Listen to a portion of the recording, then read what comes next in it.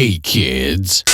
You're listening to the internet's wettest podcast about video games, consoles, and pancakes. The SML Podcast. Prepare for the SML Podcast.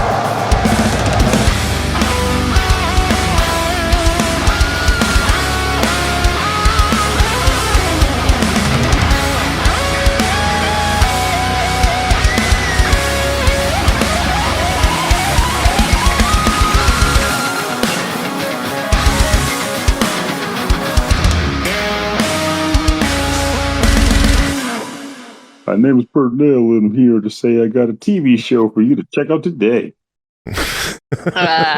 Yo, let's go. I would check it out. That's the intro to the show. We're just going to use that as the intro. How's everyone doing tonight? Sold. Someone's going to hear that and go, man, how have we not done this sooner? This is liquid gold we got going on over here. It is. Good old Texas gold.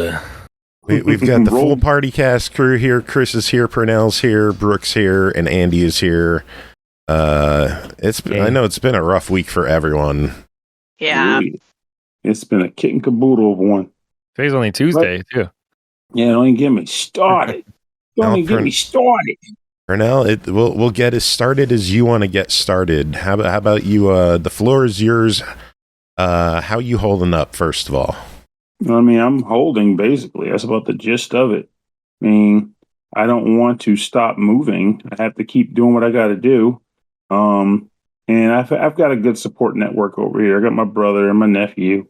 And I got to be strong for my aunt, she's not taking it too well. But, we're just taking it one day at a time. It almost sounds like a football game, doesn't it? Like, we just give it 110%. And that's how we do it here in Cincinnati. We just give it 110%, and whatever happens, we know we gave it 110%, and I could just keep doing that over and over again because that's also part of the gag. Because they just How did you go with Cincinnati? I don't know. I started thinking about cities. That's a good city to go with. They got good chili. That's a good sounding city to talk about sports. I kind of thought he would have went with Baltimore. I mean, regionally, yeah, but it just wasn't the city that came to mind first for some reason. It's just Cincinnati clicked. Like I said, maybe I just want a really good bowl of chili. I got it. Just now has me wondering, does Cincinnati have chili? I mean, does Baltimore have a good chili? One would have to wonder. I don't know. I don't know. Chili in Baltimore. We can go find out. I'm from Texas. My choice is locked in. I'm not. Are we doing chili with beans or chili without beans? Well, that's always a hot topic too. I mean, when I make chili, I want beans. I mean, why would you not want to have more in your chili? Bean guy. Gotcha. I am very much a bean guy. Beanie. Sign me up. But yeah, I've done normal, just kidney bean chili. I've done chili with like 3 different types of beans. Cannellini beans, kidney beans, and some other red bean. Oh, red bean. No bean boozles? My mom made a really good chili that had no onions in it. It was important for me to have anything with no onions. Mustin makes a great... Mustin, our friend Mustin of the One-Ups, makes a great spaghetti sauce with no onions in it. He taught it to Ashley. So that's good. We're getting these no onion recipes. Yeah, onion guy? Everything's a do. Nonion. Onions are disgusting. Onions are disgusting. Oh my god, I can't state enough my dislike for onions. Oh, they are gross. Oh, I agree. I like them cooked. I'm also back. I'm on my phone. I don't know what's going on with my headset. I'll try to change while y'all are in a review later, so I don't interrupt anymore. Sorry about that. Oh, good. I like how 3 months ago we had an episode titled "We Hate Onions" or something, and we're back on it. I can't overstate it. I mean, no matter how much we hate onions, people keep cooking with them. I don't know what the hell that's all about. It never stops. The terror of onions will never go away. As long as there are onions, there's the SML podcast to decry the onions. I think onions are cool. I had some today. Oh God, don't do that. God, get out. Leave. What are you talking about?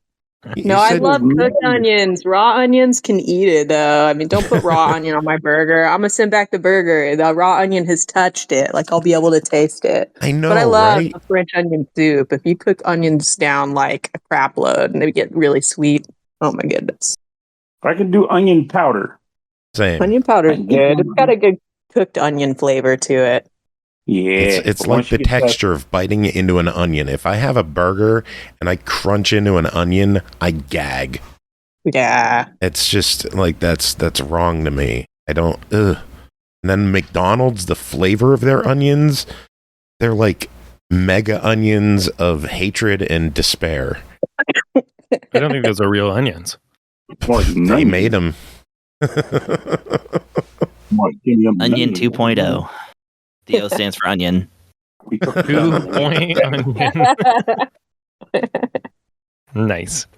Oh man, speaking of food, we're going to talk about me winning the cake contest. What up? Yo, congrats. Oh, Brooke, tell us about it. It's this so crazy. The big contest you entered, what, like a week or two ago? Yeah. Oh, I entered it it was like a week and a half ago, I want to say, but I've been planning it for a long time. Joe was one of the first people I talked to where I was like, oh my God, I'm going to make a cake for the first game I ever reviewed for SML. This is nuts. Been in the works for a while. I'm so excited. Did you put nuts in there? No, I did like a bunch of candy inside. So I know y'all aren't Atome players, so I'll go ahead and spoil Cupid Parasite's Alan's plot. He's like kind of like a devil, but then they reveal that he's an angel later on. He also proposes to the main character. So like you cut into the cake, and then it's supposed to be like edible glitter and a bunch of white candy and white feathers inside to symbolize his angelic nature. Game's ruined now for me. Well, what was inside? Was it like almonds featuring his demonic nature? Wait, what did you say? Hold up. He's like, wait a minute, what? No, I was saying like what you said. You said it's probably like something that represented his like angelic nature. Like, but was it almonds that represented his demonic nature? Almonds. I don't get it. I'm so sorry. I don't get the joke. Almonds are demonic nut. I didn't know that. Almonds, yeah. Dang, just the flip. Friggin' Andy over here. He likes almonds. He likes onions. Yeah. Can you just like a food that isn't evil for once? Name more evil food. I'll probably like it. Human flesh. Oh, easily. Like non-evil food challenge level, impossible. Easily. On a griddle. I will admit I joked about almonds being evil, but I do like almonds. I'm fine with them. Once they started doing decent seasonings to almonds, I became a fan of the almond.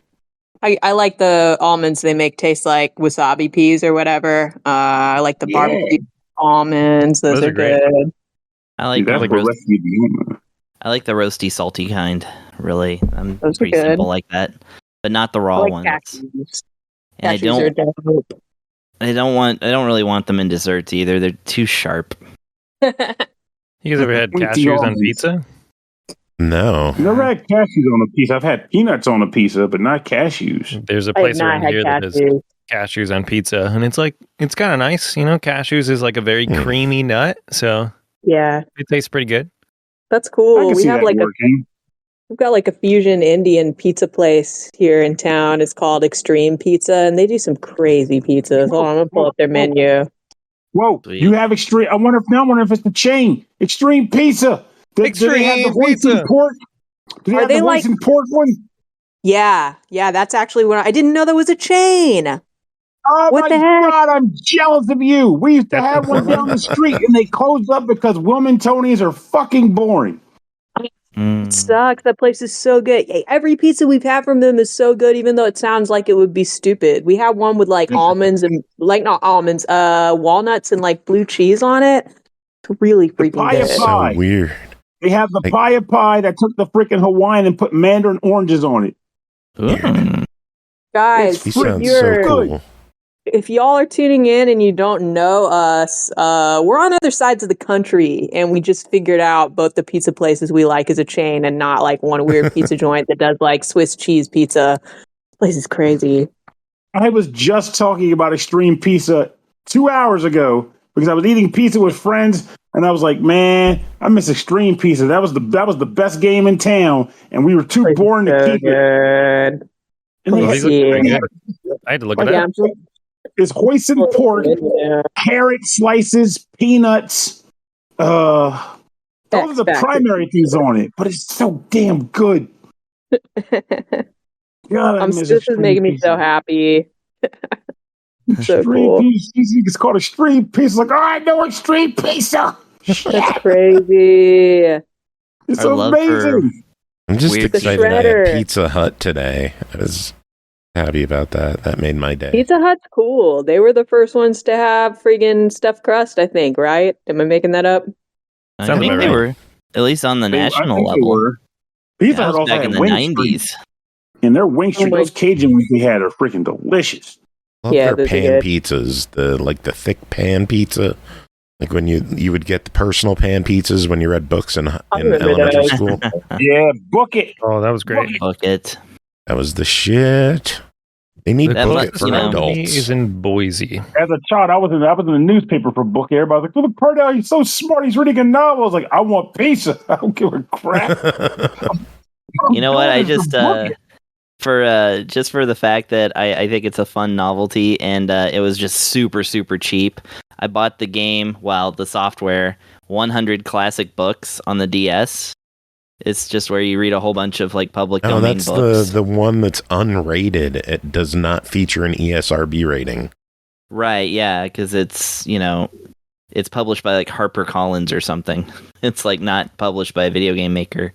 But yeah, I bought that because it was $8 shipped and everything, and it's maybe that's what I'll do. I'll read one of the 100 books and then go buy myself a personal pan pizza. Relive the glory days. If you read a book, does that count as a game beat this year? No, because it's not on the Switch. Oh. I only count the Switch games. Damn. Yeah, and I got to get cracking on that. Well, I'm in the middle of a bunch of stuff, so I'm eventually going to boost that number way up once I finish these games. But you've still beaten quite a few games, though. Yeah, I think I'm on 16. Well, that's more still than a year's half over. Years half over, and I'm 10 behind. On games. 3 years. More games than I've ever beaten. By far. No, you play gonna hit 50 at this rate, so. Okay, yeah, sometimes I finish a book, but that's about it. Nah. Yeah. I play all these games. I never finish them. I just can't. There's stories, you gotta. It was 17 games, actually, because once Super Mario Land dropped on the Nintendo Switch Online, I beat it the first day. Oh, damn. Cool. Nice. I remember going bowling as a kid. I had my Game Boy with me, and I realized after you beat the game twice in a row, you could do a level select and pick any level you wanted. I just beat the game 9 times that day. Jeez, I just kept going through the last level. and then there's no battery, so if you turn off the game, you have to do it again. All gone. It does not save it. Yeah, it's one of the craziest things that I found out about. I have done it. I didn't beat it 9 times, but I could play that final level. I was bored of bowling that day, I guess. Yeah, I could play that final level 8 more times. It's a nice little shmup level. Oh, Super Mario Land? Yeah. Yeah. Yeah, that was Super Mario Land. It ends with a shmup. That's pretty cool. Yeah, just like Kid Icarus. Spoilers. Oh, no. Spoilers on another a game ruined video for me. game. and then the Game Boy version got it right. They're like, here's this really cool dungeon where you can use all the sacred treasure. I love the Game Boy version of that game. They did a damn good job with it. Which one? Kid Icarus? Yeah, Myths and Monsters. Yeah, I haven't beaten that one yet. I need to, though. That was one of the first Game Boy games I ever bought with my own money. Nice. I bought it with Kool-Aid points. It counts. I still have a cartridge of that. It was pretty good. But yeah, I just didn't finish it. Kool-Aid points being used to buy video games. Remember that shit? Jeez. Yeah. A lot of people don't. I'm like, shoot, that was my whole right there. Kool-Aid points and recycled cans. Yeah. And then getting to Toys R Us and having to walk a friggin' piece of paper up to the lady. Take a piece of paper off the wall. Yes, that was such an exciting thing. You're like, I can't wait to get my game. They go in their mysterious cage and they bring it out. Like, wow. Out to the game jail. We actually found a picture at my house when we were cleaning up my mom's room, where I'm like 11 or so years old, and I'm lying in the bed, and I apparently had just gotten Mega Man 4. I'm like lying with the box, like, I'm like excited about it. My mom took a picture of it. That freaking game, man. Like, yes. And my brother's like, how can you tell? I was like, you tell me you don't think I can recognize the spine of Mega Man 4? Come on now. I know what I'm looking at. But yeah. Those were Toys R Us, buying games from Toys R Us was the real jam. People talk about, I can get this game digitally anytime I want. Like, it ain't the same, man. That convenience ruined the anticipation. It really did. There's something different about buying a physical version of a game. Like, I know a lot of people are getting their physical versions of Baldur's Gate this week for Xbox. Those are apparently shipping out now. And there's just something different about getting a tangible item that you get to hold and look at and flip through a booklet, listen to a CD, and look at a figure or dick around with a steel book. Like, that kind of stuff. There's still value in that to me. Putting your game disc in the CD player and having the thing say, this is not meant to be put in a CD player. Kiss your tweeters goodbye.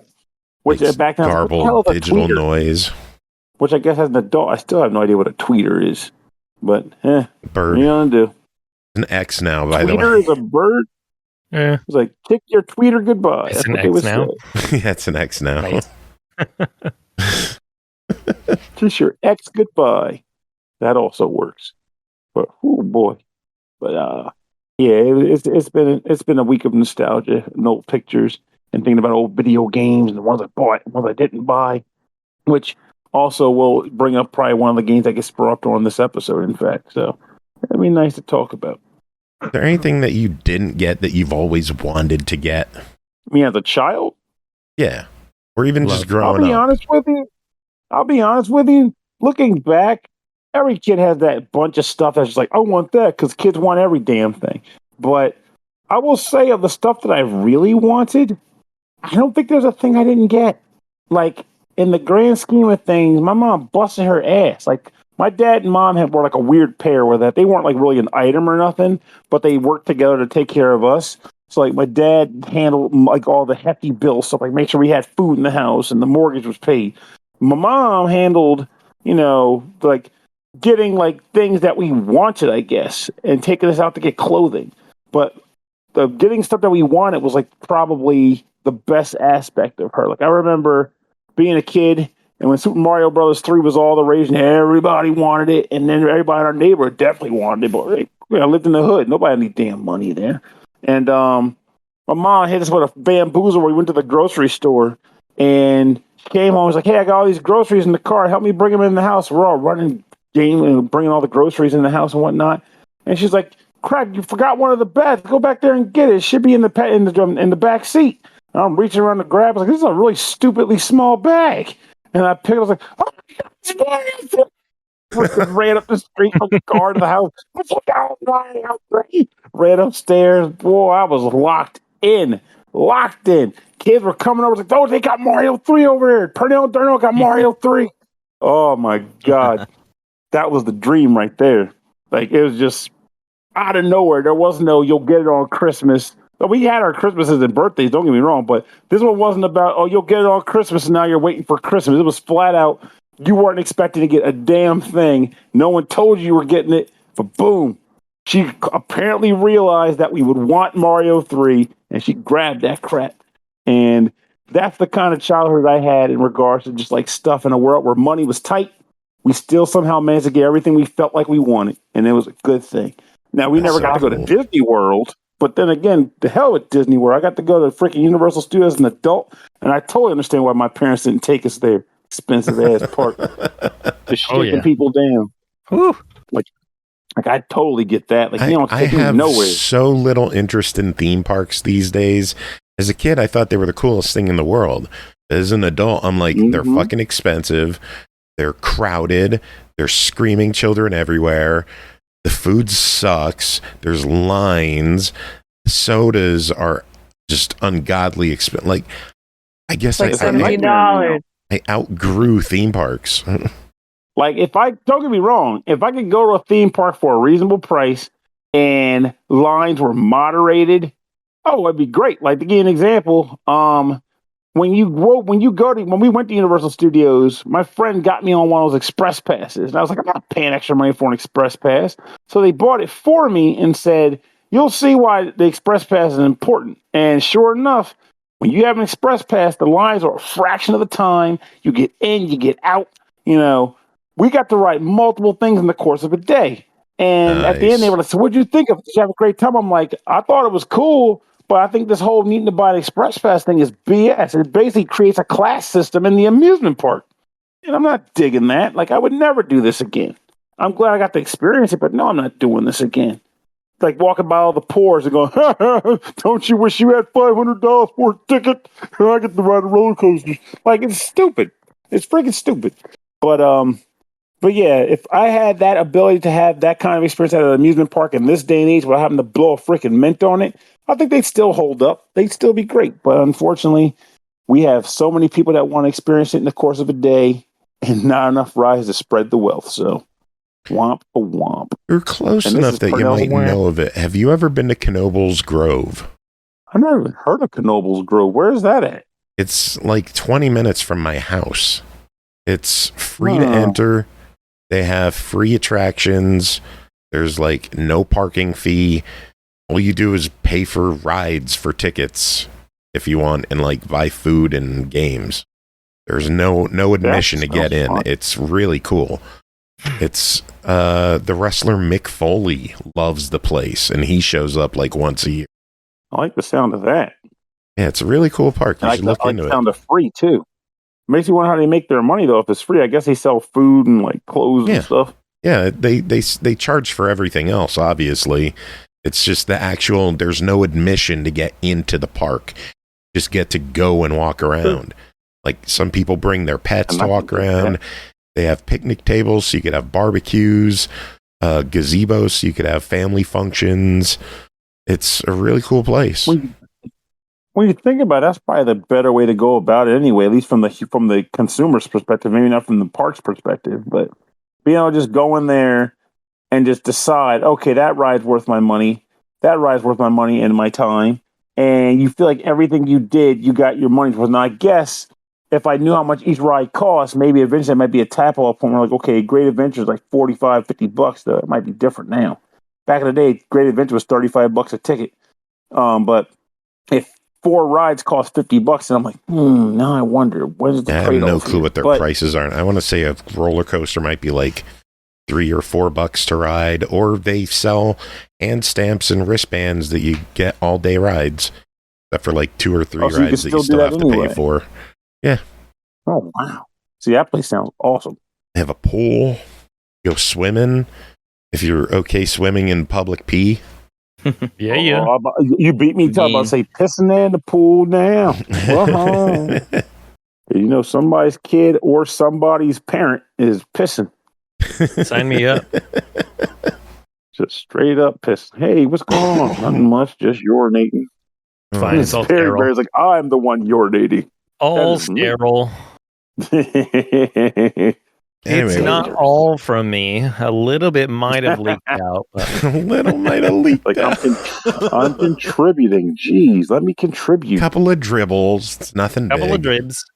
We were talking about eating things. Andy, I gotta bring it up to you. Bean Boozled. You're a fan of those, aren't you? It depends on the day, and it depends on which one I've consumed. Yeah. Are you? What's your hot take on Bean Boozles? I will never in my life try a Bean Boozled because I don't want to have like a cat piss flavored jelly bean. Oh, they're not that bad. It's not. How can you be a fan of them? It's like like grass fish or like or something. Fish oil. What fish oil you said? Hold on, I got it right in front of me right now. I got the 6th edition Bean Boozle. Do you want to hear the good ones or the bad ones? Both. Okay, I got it's either peach or barf. Oh God. I got Tutti Frutti or stinky socks. Pomegranate or old bandage. Toasted marshmallow or stink bug. That's awful. Cappuccino or liver and onions, which is god awful. That one's probably one of the worst. See, my thing is that I can go down to the corner store and buy a bag of Dr. Pepper jelly beans, and they all taste like Dr. Pepper. but you can't be bean boozled that way. You know what you're getting. Yeah, we got buttered popcorn or rotten egg. That one's so mean. I love buttered popcorn. Burger, dead fish or strawberry banana smoothie. The best one, though, this is the best one, is berry blue or toothpaste. Either way, you're making out okay. Yeah, so they're not all bad. Fact, by the way, some good ones. Fun fact, by the way, vomit or barf is actually a failed pizza jelly bean that they decided to turn into that. Really? It is 100%. I learned about that the other day too. Wow. Firsthand. This when I think about going to buy this, yeah, they will. When I think about a failed pizza that got turned into barf, it just makes me think of the old Earthbound ads with the sticker, with the scratch and sniff. Yeah. Yeah. Remember those? Do you want to get a whiff of what Master Barf smells like? You can. Blue raspberry or a literal blue paintball. You could have that one. Be like cherry or magma. Ooh, magma sounds magma good. Magma would basically be a ghost pepper one. Spicy. Like ghost pepper jelly bean magma. There you go. Your friends wants to buy some gummy bears. I want to tell my most underappreciated joke, because I said it on Twitter and nobody liked it. But somebody was showing some CDs they dug up from a box or something, and they had this CDR, it said Magma on it. I guess it was a band. But it was just a CDR, it said Magma, and my comment was, man, that's a pretty intense way to burn a CD.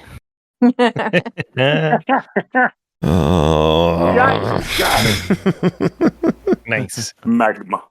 Thank y'all for Magma, appreciating my joke some audio much after the software. fact. I like it. Huh? Thank you for sharing. I'm trying to think. Wasn't Magma some kind of audio software, video? Or... I don't know.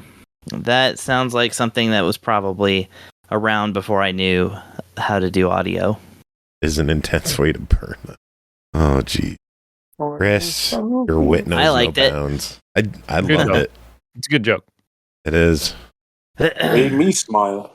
So is there anything else anyone wanted to chat about tonight, or should we slide into the handful of reviews that we've got tonight? Slip and Yes, slide. we should.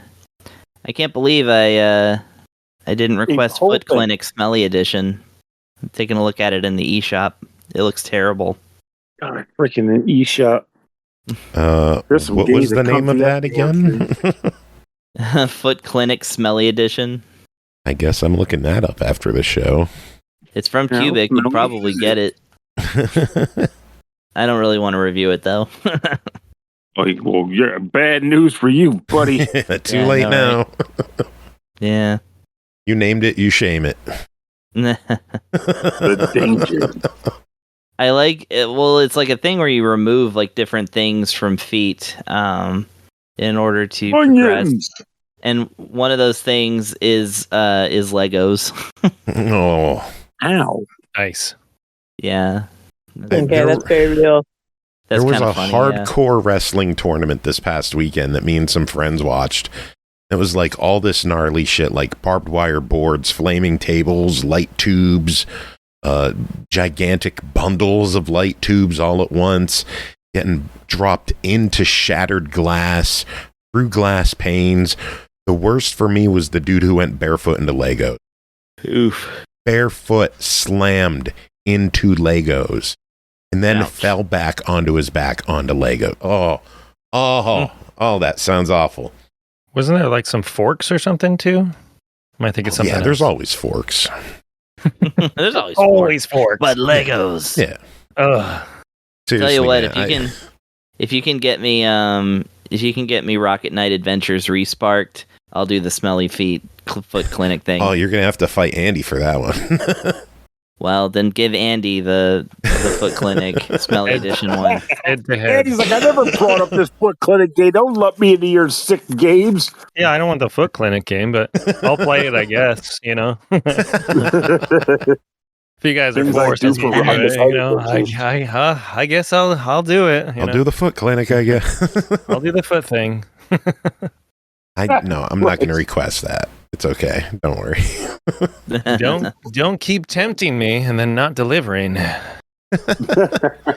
I think I delivered on this first one, yeah? Oh yeah. You definitely did. I think this first one sounds pretty good. Let's get to these. First game to talk about tonight is a preview of 33 Immortals beta. Can't talk. Developed and published by Thunder Lotus. Coming soon to Series X and S and PC. 33 Immortals is a co-op action roguelike for 33 players. Plays a damned soul. Rebel against God's final judgment. Pick up and raid. Cooperate to survive hordes of monsters, defeat massive bosses, and face the wrath of God in a fight for your eternal life. Andy, tell us about your time with the beta. So, 33 Immortals by Thunder Lotus Games plays to both the roguelike aspects of games like, I would say, Hades and Enter the Gungeon, while also introducing the heavy co-op reliance of World of Warcraft or Diablo. But honestly, comparing it does it a disservice, as it kind of stands on its own and creates a really cool atmosphere that is both like familiar and innovative. So players are thrust into a world that blends the art of He-Man Masters of the Universe with Dante's Divine Comedy. Winged beasts, slug creatures, and weapon-wielding demons roam the wasteland, hell-bent on ending you and your party's advances towards transcendence beyond the realm. As part of the 33, you'll wield one of 4 main weapons in order to hold back the hordes, either a bow, a sword, a set of daggers, or a magical staff. Each one has their own kind of damage style and its own team-based attack, too. I went with the bow mostly. I tried the other weapons out as well, and this sword has kind of an interesting deflect to it. The daggers are quick, but also has kind of like a jump dash attack, which kind of threw me off a little bit. And I just wasn't interested in the magical staff, so I didn't play with that one very much. But each one is pretty cool. Hacking and slashing through enemies rewards each player with what is known as dust, or like it's almost like an experience. So this can be collected and used to upgrade the health, attack, or empathy. The empathy, which powers the team-triggered ultimate. You basically, for that, you get together with other players and create these circles that you can all like create like a mega attack almost. It's really cool.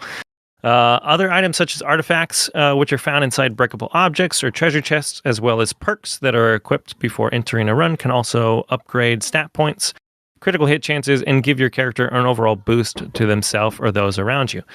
Breakable objects and chests also contain crystal shards, bones, and relics. I don't know if you guys have ever seen I Think You Should Leave, but the entire time I was playing it, I was thinking one of the skits where he's like singing about bones are the money, you know.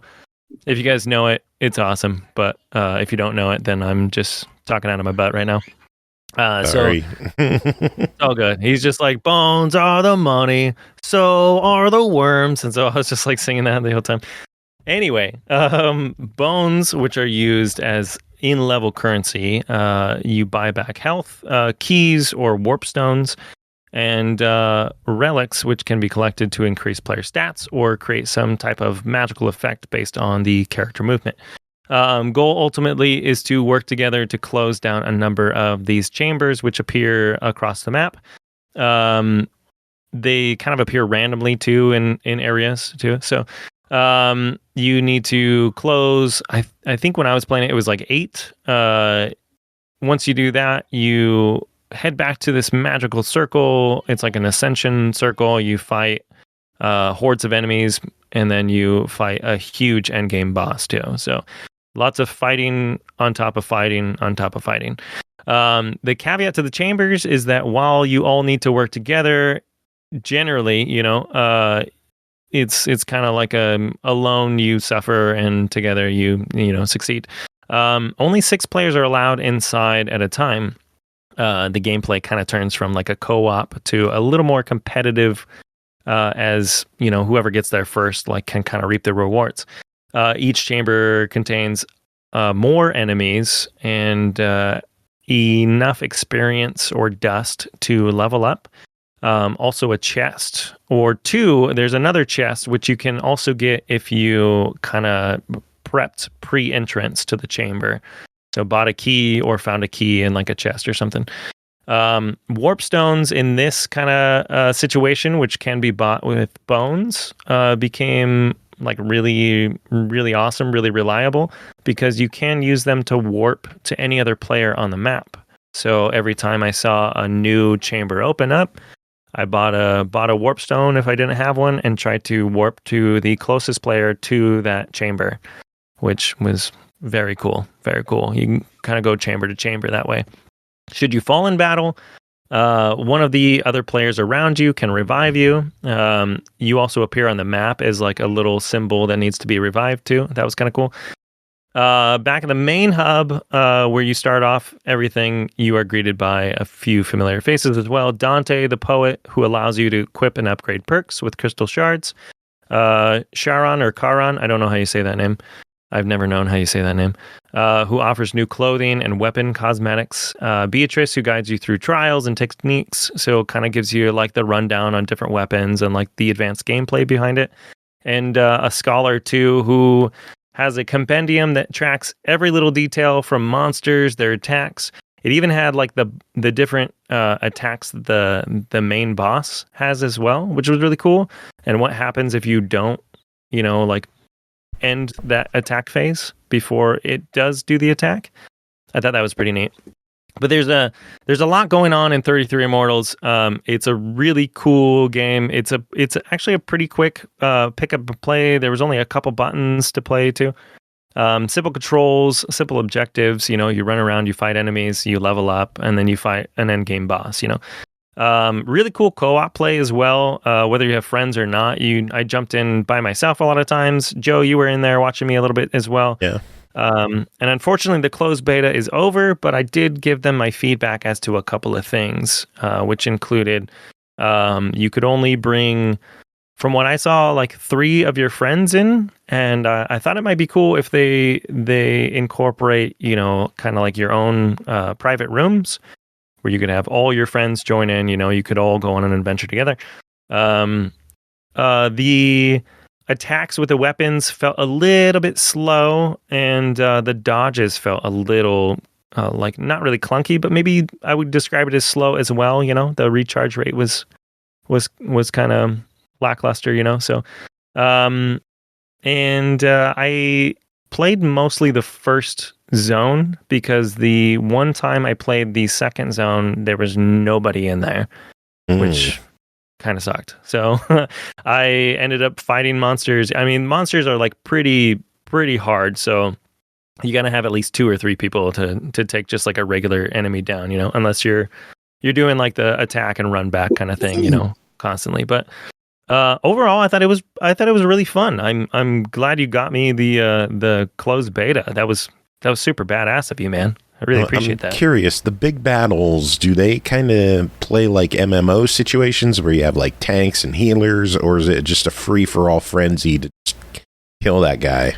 Pretty much every battle, like there's no players that really seemed different, if I were to say that. Like everybody's an attacker. Everyone that's playing is an attacker. So even once you get in there, sorry, I just thought of another thing that I kind of found annoying. But once you get into the last boss battle, the dude's got like 8 health bars and multiple phases of just kicking your butt the whole time. And yeah, there's no really a chance to heal. A few characters have like kind of like defense attacks, or defense perks on them. But for the most part, yeah, I mean, you're going in, and whatever health you have, is what you get until the end, or you lose, So that was kind of interesting, kind of frustrating. The closest I got was I found a good group of people, had a really good run. It was towards the end of the beta test, and everybody was just kicking butt. But we got the last boss maybe like halfway down, through all his phases. So before we all died. But so it's tough. It's a hard game for sure, you know. Well, is it something that people should be keeping their eyes on? We don't have a release date or a price yet, so we can't really make a determination on if the game's worth picking up. But we can wish list it on Xbox and on the Epic Store. Should people throw this baby on their wish list? Should people be a little hesitant and keep their eyes on it, or should people stay away? What are your thoughts on this one? No, I think it's really cool that they're doing all these they did like the alpha and the beta and the closed beta too to kind of test certain aspects of it out. It's a game that's like a very much it kind of hits a lot of boxes, you know. It's got the roguelike elements to it too. It's got some good co-op to it. And for somebody like me who has kids and sometimes just wants to like play a round of something, you know, 20 minutes or, you know, 45 minutes before they get out of school or whatever. It's a good game to just kind of jump in, you know, play around on and then pop out, you know. I think they're doing a lot of really cool things with it too. The massive multiplayer aspect is really neat. I'm interested to see what they do after this closed beta. You know, it seems like from the last one to this one, they've made some improvements. So hopefully they make a couple improvements. But yeah, I would definitely throw it on your wish list if this kind of checks those boxes for you too. What would you like to see in the finished product? Like I was saying, I would like private rooms. I think it'd be really cool. Like if you know, I had a couple more friends, you know, the four of us could all go in. But if I could have, you know, 32 of my friends all jump into the game and it's Ooh, all look of us at Mr. Popular over here. If I had that, dude. I know, right? Well, that was kind of one of the things I was thinking of too, was like, especially on this show, you know, we've got more than 4 people. If we could have everybody jump in and, you know, one of these nights we do a game night or something like that, you know, that would be really fun. There was a few things that kind of got at me, you know, like the health is hard to come by, you know, sometimes. Enemies are really hard, you know, even if you've got a lot of perks to it too. And the end game boss is just insane. So maybe like nerf a couple of things, give some kind of control over a private room or something to that degree. Hopefully more weapon options, more perk options, those kind of things to make the gameplay a little more interesting and exciting. I think that'd be cool. I think it'd make the game, you know, a lot better too. Very cool. Sounds good. All right, Andy, that is it for you. Thank you so much for coming on, hanging out with us. Thank you. It's been fun. I appreciate that we now have sound clips of you saying really hard and creamy nut. So those... Wow. No. Think about that. Oh no, you've probably been thinking about this the whole time. Too. It's been on my mind. Yeah. Entrapment. No. You're and welcome. I like onions too. I'm the only one. You sick bastard. Ooh. You sick bastard. Sick So you had it coming, is what I'm hearing. You deserved it. It's true. Use those only for evil if you could. That'd be great. Okay. Will do. Awesome. I appreciate you guys. You're all awesome. Do you have any final words before you head out? Even me? Even you. Even me. I keep saying it. I hope we can all play a game together here one day. I think that'd be really badass. And, We really do have to organize a game night. That would be cool as shit. Let's make it happen. Let's make a We should, Jackbox night happen. Yeah, that's we my need to only like desire. have Joe stream it from his screen, and then everybody's just yelling. It'd be sweet. That'd be fun. That's what I'm We love saying. yelling. We're all about Yeah. yelling in here. We love it. Yeah, On that's that all I note, want. good night, Andy. Yeah. Good night, everybody. Night, Don't do anything I want to do. All right. Peace. They do everything that you wouldn't do. Give us one thing you wouldn't do. Crap, he's gone. He's gone. Well, We'll let's ask him do it next all. time. Let's do it all. All right, I'm gonna get started. I'm gonna wear stripes being fat. What do you want to know? Came back. What's one thing that you wouldn't do? I heard Andy you guys came back for us. request me. I came back What, for another review. I'm just kidding. I'm not calling it. Well, what wouldn't you do? Give us one thing so we can do it. I mean, so we can not do it once you're gone. Don't eat onions. Wow. I don't know. My list of things that I want to do isn't very long. All right, well, you're gonna have to sit here. Don't glue your eyelids shut. That's a good one. I'll take that one. Yeah, that's probably the best one. Yeah. Don't do that, guys. All right. All okay. Right. Bye. Bye. Next game to talk about is Venture to the Vile, developed by Studio Cut to Bits, published by Aniplex Incorporated. Released May 22nd on Steam for $24.99.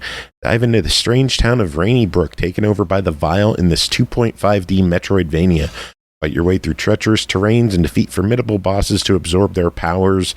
Will you save this town and find your missing friend Ella, or will you give in to the monster that you've become? Pernell, tell us about Venture to the Vile. Venture to the Vile is really weird, man. But at its core, it is a exploration platformer adventure title. Lots of fun. Where you already described the meat and potatoes of the description, but you play as Vincent, who after a very weird incident, find yourself living in the town of Rainy Brook as it is being accosted by a sinister product called the Vile, which is kind of corrupting anything it touches, whether it be a person or the landscape for that matter. And amidst all this, you yourself has been infected by it as well, but you're saved by a resident doctor in the hometown doctor.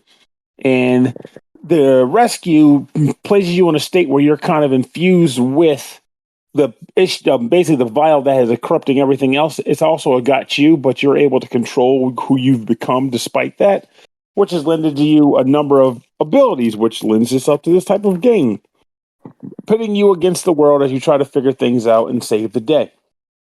You're exploring the map, and the map consists of sections that all represent the area either of or surrounding Rainy Brook. There's actually a day and night and weather system in this game, which I didn't realize at first. I thought it was like event-based, and then boom, nope, it actually does cycle through. And there are things, collectibles, for example, or NPCs that will only appear in certain areas at certain times on certain either during the day or at night. So you need to be mindful of that as you're exploring. And if you find something that's like a night bloom, for example, you might need to come back and crack it open at night. So it's things like that, for example. The repertoire of your character is pretty basic at the start. You have your melee attack, which is a 3. Also, I heard measly is actually pronounced melee, which I will never call it that. But anyway, melee attack, where you have like a 3-hit combo you can perform.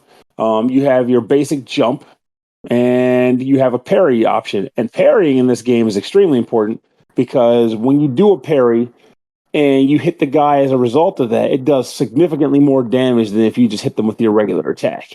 And there are certain enemies that will take forever to kill unless you bother with doing this. Once you defeat enemies, you'll get like essence from them, and sometimes you'll also get various monster parts, and those parts can be used to upgrade your character in the mutations menu once you've unlocked it. You basically upgrade various aspects of your body.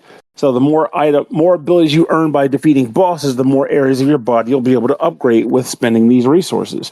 You might be able to increase your attack power or increase like the height of your jumps, stuff like that. So definitely worth investigating and worth diving into as you progress forward. The world itself, as you explore, is pretty cool too, because this does that thing where it's very rare when games do this, but where the map is broken off into various planes.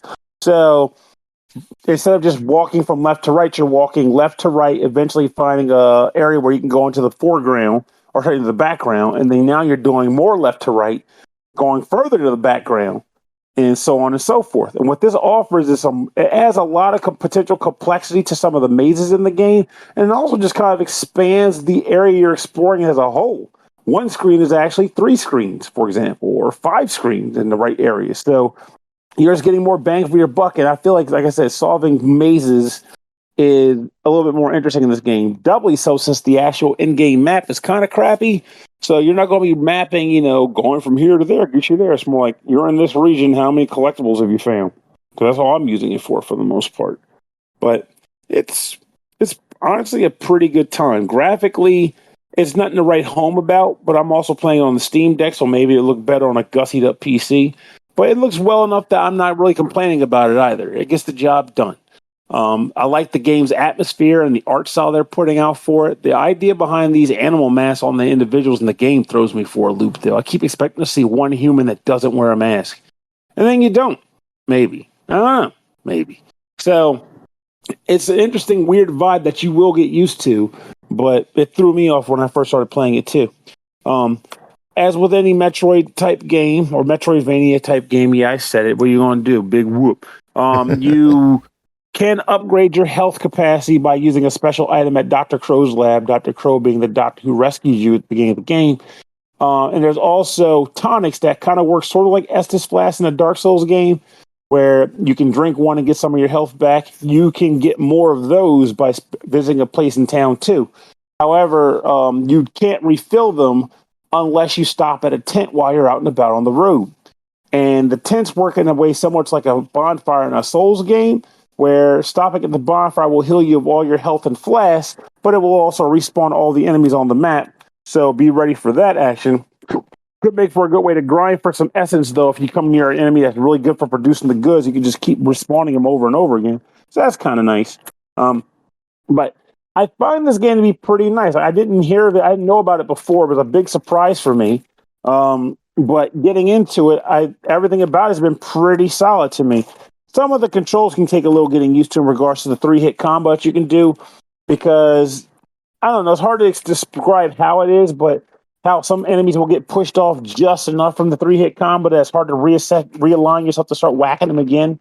But for the most part, I had a great time with this game. And it could be a surprise for a lot of people because, again, I can't speak for everybody else, but I hadn't really heard of this game until I just stumbled across it and this review popped up. So I feel like, in the end, Joe can say his thing he wants to say. Well, it's $24.99. If people are on the fence, there is a demo you could download on Steam to check it out. But for the people who got the money to burn, is $25 worth it? I think so for this game. You get a decent amount of time in your experience as well. Good time, good fun. Get it to it. Cool beans. Next up, Kittey 64, developed and published by origamihero Games, released June 3rd on the Switch for $4.99. The stars are falling and something strange is happening to the moon. Something's definitely going on. Only little Kittey can save Kittey Island and maybe even the whole world. Chris, tell us about your time with Kittey 64.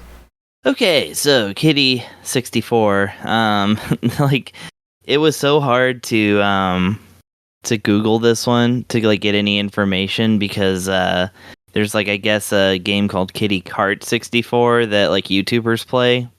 Like it's not really a game that regular people play, but I guess it's just one of those things that YouTubers mine for content. Anyways, so yeah. Actually, though, there is not a lot of information about this game. It's made by origamihero Games, whom I checked out. It's actually one guy in Austria. So shout-outs to him for making several games just all by himself. This actually is the latest in a series of games starring Kittey with an E. It's Kittey, if you're wanting to know. But yeah, I noticed Heart Chain Kittey and Heart Chain Kittey All Screwed Up are a couple of other games that star the same character. So, I guess this is a story in progress, as it were. It's a little abstract, for sure. It all takes place in a 3D world that's it's hard to describe because, like I said, I would almost say it's got a Toe Jam and Earl style vibe to it, where it's like just kind of islands floating around in space. Only in this case, they're connected by like these kind of blobs of water that I guess are like bodies of water. So your character is Kittey.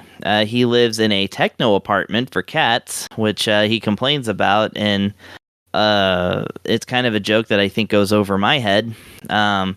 He has a little robot companion, which is I don't know. It's like it's a little TV with a helicopter on it, and a little character that is obviously sitting in a room with a camera pointed at them, and it's displaying on the little TV. And this character is called Glasses, and I guess it's some kind of inventor that invents things for Kittey. Well, what Glasses has invented for Kittey in this game is called the Bubble Booster. So as you're running around in this world, if you press one of the ZL or Y, or I'm sure there's another button too, you can run and jump. But yeah, if you push those buttons, then the Kittey is suddenly walking around in a bubble, and it's kind of like it's kind of got like a little bit of a unicycle effect, right? It's just you're just kind of rolling along on it, and if you do, then you can kind of float around in water and like move forward in it, and you use it to like bash enemies. You kind of just bash the bubble into them, and it bashes buttons, which lets you access different parts of the stage. Like I said, you can kind of roll around on water and then kind of in water. It's just kind of, I guess it's your way of like accessing the physics of the game essentially. But of course the thing about it is that it perpetually has to move forward, otherwise it just goes away. So that's kind of the challenge of the game, is to get through these 3D platforming sections that, like I said, they're just kind of interlocked islands, with this whole abstraction thing going on. The scene is perpetually nighttime because apparently the stars are falling out of the sky and the moon has turned into has grown one big giant eyeball and is bleeding. So that's that's the issue. It says that according to Glasses, the world is facing imminent destruction unless you can gather up all the stars or all the diamonds or some kind of gizmos. There's numbers on the bottom of the screen to show you how many things you've collected. And yeah, I guess the point of the game is to just go around. It's basically a collectathon. You try to collect all the little diamond thingies. Occasionally you will fight a boss. And of course, bosses are generally beaten through clever use of your bubble booster. I'm told that later in the game, the bubble booster has even more uses. I haven't gotten all the way to the end of this game yet, but basically, yeah, it's kind of a cool, like I said, I enjoy an abstract game. I mean, I don't name drop Toe Jam and Earl lightly, unless I appreciate, to some degree what's going on. The humor is definitely interesting and not entirely based in English, that's for sure. I like the characters. I like the action. So one thing about this game that's pretty interesting is that they kind of sell you on the idea of turning the game into pixelated mode, which allows for 60 FPS. So the game kind of plods along like any $5 3D game will, because it has lots of polygons and it has to run them, and it kind of runs them at a pretty low frame rate compared to like a Mario Odyssey or whatever. I don't blame anybody for that. It's hard to make a Mario Odyssey, especially for one person. So what you're given is the option to scale back the display style to, there's actually a lot of different display styles, including one that's like low res. There's a couple of pixelated versions. They kind of look like filters that like make the game just kind of look a little messier. Because like I said, they're more pixelated-y. They've got a little bit more of that Nintendo 64 style texture. And I don't mean trying to look like N64 because it has crude textures. I mean it like pixels are kind of undefined if you look too close at them, like it really. Now the trade-off there is that the game runs silky smooth, and that's actually what I like. I actually have been running this in Pixel A for the whole time I've been playing it, and I've rather enjoyed that. I don't think the game looks bad under any of even the low res mode doesn't look bad. It's just, like I said, it's an interesting idea that they give you that trade-off. The other one is that the game is super forgiving. You will never, ever, ever lose progress. That is to say, if you fall off the edge of a cliff, you just immediately, go back to the last place where you were. If you picked up any kind of diamonds, goodies, knickknacks, defeated an enemy or something like that, all that progress is perpetually saving. So, it's not a game that you have to like really frustrate yourself to like collect things over and over again. Once you collect it, it's collected. You just have to worry about getting back to where you were physically, which is just fine for me. So I like that. Like I said, it's a game that does not try too hard to be like hardcore or anything like that. This really just looks like one person's having fun making games that are pretty fun, and I appreciate that. What more do you need, really? Yeah, exactly. Well, it's a $5 game, and if you buy it before the 17th, it's $4. What do you think of that? I'd say, yeah, go ahead. Go ahead and check this one out.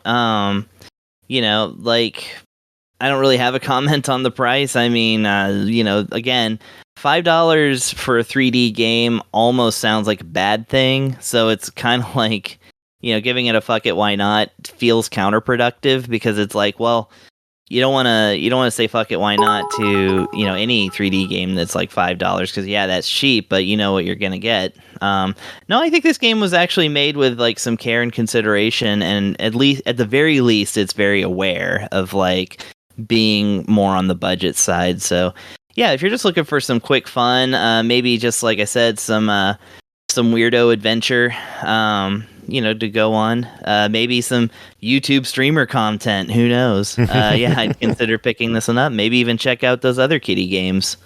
Cool. But yeah, I like where this game's head, where its heart is at. Very cool.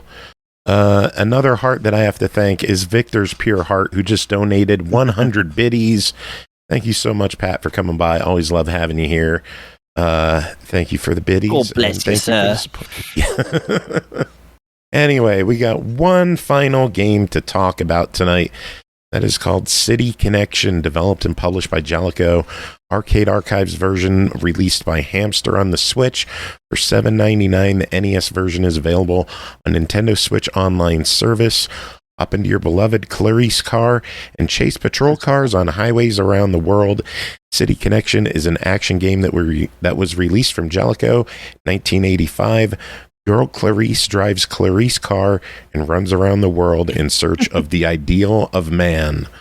Pernell, tell us about City Connection. Is that what they really say? That sounds the like Arcade a JALECO. Archives. Yeah, that sounds like a JALECO description to me. Holy freaking cow. There's more to this game than I thought. So, City Connection is a game that has been a part of my life for a very, very long time. It's one of the very few video games I was able to get my mom to play into this till her dying breath. She was still like, hey, you know, I wish I could play City Connection on my cell phone. Unfortunately, we couldn't do that, but you can play it on a Nintendo Switch. City Connection is a pretty light game that I used to suck at until I realized how you could jump continents. But the idea behind the game is that you start out in New York City, and you're pretty much driving your car. You're driving Clarice around the area. The area consists of a wraparound screen. And there's like various platforms you can jump on that are meant to represent highways. And as you drive across these road structures, you will paint them in with a different color, like mostly blues. Different area will give you different colors though. And eventually your goal is to just drive over every stretch of highway in that area and then move on to the next stage. There are a number of obstacles that will get in your way as you try to do this, though, such as police officers for that region, cats, spikes in the road. But the way that you get around these things a lot of times is you'll find oil cans also scattered throughout the levels on the ground. Once you pick them up, you can throw the oil can at a car and cause it to spin out of control. If you bump into the car while spinning out of control, you'll send it flying and knocking off any other cars that you've also hit with oil to make them spin out. So you can't, like, say, hit one guy with an oil can and then chain them into 3 cars that haven't been hit because they won't go anywhere. You got to have them all spinning before they get knocked out for a combo. At the end of a level, you'll move on to the next area and you'll do it all over again. Though, strangely enough, I swear as a kid playing on Nintendo, I remember changing continents just by grabbing the balloon. But playing the Arcade Archives version, that wasn't happening. I only moved on to another level after I filled the entire roadway in. And I tried to check the Nintendo Switch Online, but Nintendo Switch Online is down right now till further notice.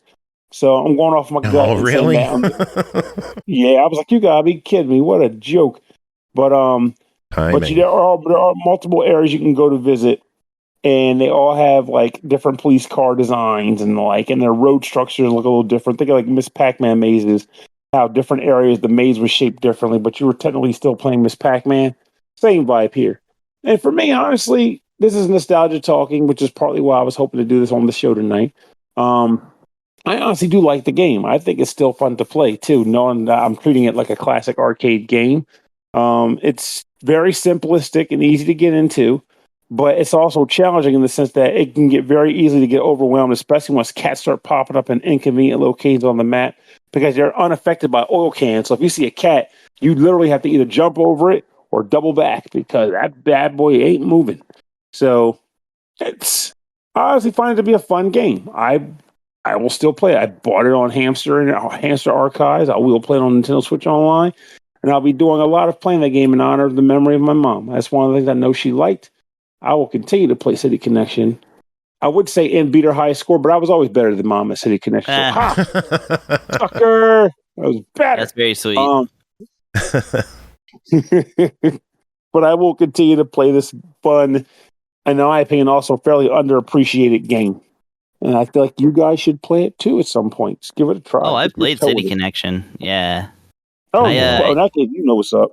I think I even downloaded City Connection on the Wii back when it came out. If I'm not mistaken. Nice. Yeah, one of those. I can't remember if it was the Wii or the 3DS. I guess I could check my 3DS, but I mean, I actually have it on. I have the NES card of it somewhere around here. Mr. Fancy over there. I sold it along with my other ones for Sega Saturn. So, yeah, and do I have I'm trying to remember if I have a arcade port of it. I don't know. Maybe I will check it out on Hamster. Yeah, get it in. It's worth your time, as you already know from having played it. Yeah, I like City Connection. It's rad. Cool. Well, it's $8 for the Arcade Archives version, or it is included with the NES Nintendo Switch Online app. Your official verdict. I'd give it an obvious buy it, though. Hearing what I said about it earlier shouldn't surprise you. But yeah, I do believe this game is worth your time and money. And it's like a nice little quick burst of arcade fun. I like it.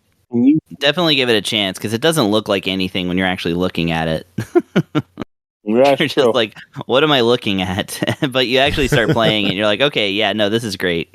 What is this, Mappy Land with cars? No, it's something else. But it's also fun. And our friend Victor, who just donated the biddies, has played City Connection and was really excited that we talked about it. So Sweet. There you go, Nice. Pernell. We have listeners interested in our content for once in our lives. Yay! I'll take Come it. on now. Come on now. Okay, there was this one time back in 2018 that we had a good show. Bandcamp. There you go. Yeah. Bandcamp. Much better. We've had 4 or 5 good ones. I could admit it. Put a 0 on it, 40 or 50. 40 or 50. That's still really shitty numbers when you think about it.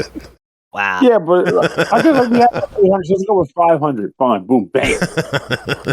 I was on at least 500 episodes. That is true. Music this episode. Pernell, what kind of music should we play to end this one?